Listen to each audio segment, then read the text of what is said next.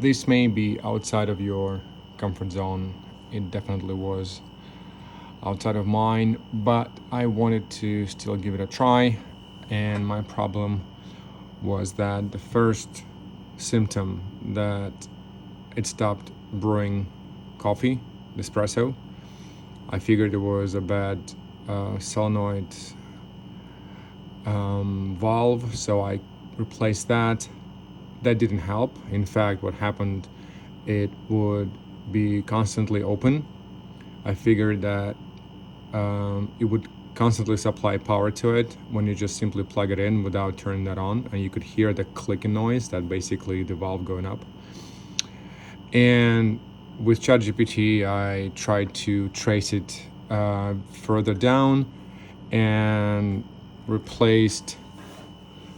I've never soldered before in my life, so just to give you the context, it is doable. Well, if it works, I haven't checked yet. But ChatGPT told me to replace these triacs. I didn't know what triac was. I didn't even hear that word before. But basically replace this and that.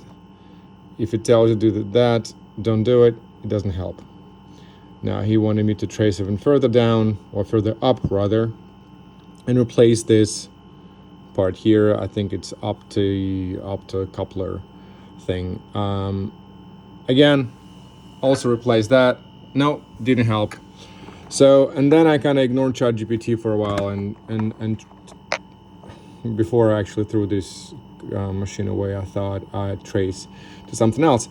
And basically, what feeds solenoid, it even actually says here, is this orange wire, and you can see that it is actually adjacent to this little thingy. I don't even know what it's called.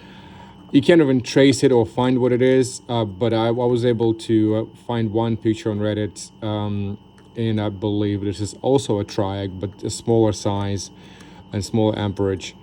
It is super cheap.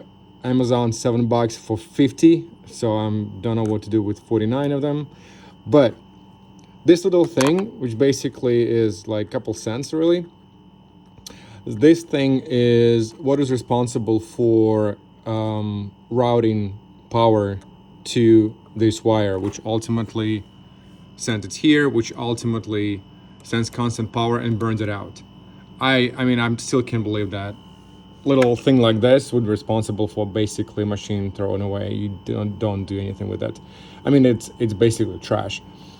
But if you know where to go and what to replace, it really takes I don't know, a couple of minutes, 5 minutes stop to replace it. Obviously, when it's taken apart. But like I said, this is not a cup of tea for everyone, but for someone who wants to really just kind of have fun with it and see if you can save that machine and just kind of test it out and go outside of your comfort zone. That's definitely it. You can see I got a soldering machine just for that. This helped. So now that when I turn that on, when I plug that in, I don't have power going to the solenoid valve, and I haven't put it together yet, but I mean, I'll put it in the header of the video, just obviously if it works. If it doesn't, you won't see it. Have fun with it.